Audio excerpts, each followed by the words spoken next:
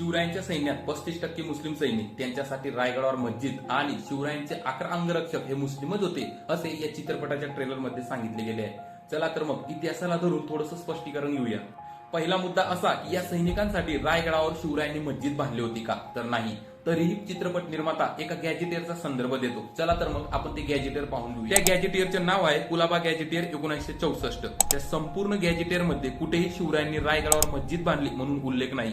एवढेच नव्हे तर कुठल्याच ऐतिहासिक कागदपत्रात असा उल्लेख आढळत नाही. आता दुसरा मुद्दा असा की शिवरायांच्या सैन्यात 35% मुस्लिम सैनिक होते का? तर नाही. पण हो, शिवरायांच्या सैन्यात काही मुस्लिम अधिकारी आणि सैन्य होते, पण ते बोटावर मोजण्या इतकेच. पण त्यांची संख्या 35% होती हे इतिहासाला सुद्धा मान्य नाही. आता तिसरा मुद्दा असा की शिवरायांचे अंगरक्षक म्हणून 11 मुस्लिम बॉडीगार्ड होते. ही पण एक भाकड कथा. या भाकड कथेला सुद्धा इतिहासात स्थान नाही. पण हो, एक आहे. ज्यावेळी शिवराय अफजल खानाचा कोथळा फाडण्यासाठी जातात तेव्हा जे 10 अंगरक्षक महाराजांनी नेले असतात त्यात एक मुस्लिम अंगरक्षक असतो. त्याचे नाव सिद्दी इब्राहिम.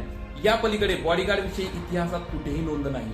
जेव्हा या चित्रपटाचा ट्रेलर रिलीज झाला आणि यात खोटा इतिहास दाखवला गेला म्हणून प्रचंड वाद निर्माण झाला. हा वाद बघून चित्रपट निर्मात्याने एक प्रसिद्धी पत्रक जारी केले. त्यात त्यांनी म्हटले की शिवरायांच्या सैन्यात 35% मुस्लिम सैन्य आणि 11 बॉडीगार्ड होते हे इतिहासाला धरून नाही. मग जर हे इतिहासाला धरून नाहीच तर चित्रपटात खोटा इतिहास दाखवण्याचा हट्टास का? या जागी खरा इतिहास दाखवण्याचा प्रयत्न झाला असता तर तमाम मराठी बांधवांना आनंदच झाला असता आणि आज चित्र वेगळं राहिलं असतं. त्या चित्रपटाच्या ट्रेलर मध्ये कसं खोटं दाखवण्यात आलंय हे इतिहासाला धरून मी मांडण्याचा छोटासा प्रयत्न केलेला आहे. हा व्हिडिओ जर आवडला असेल तर जास्तीत जास्त शेअर करा, कारण खोटं पसरायला वेळ लागत नाही, परंतु सत्य मांडायला आणि सांगायला धैर्य लागतं.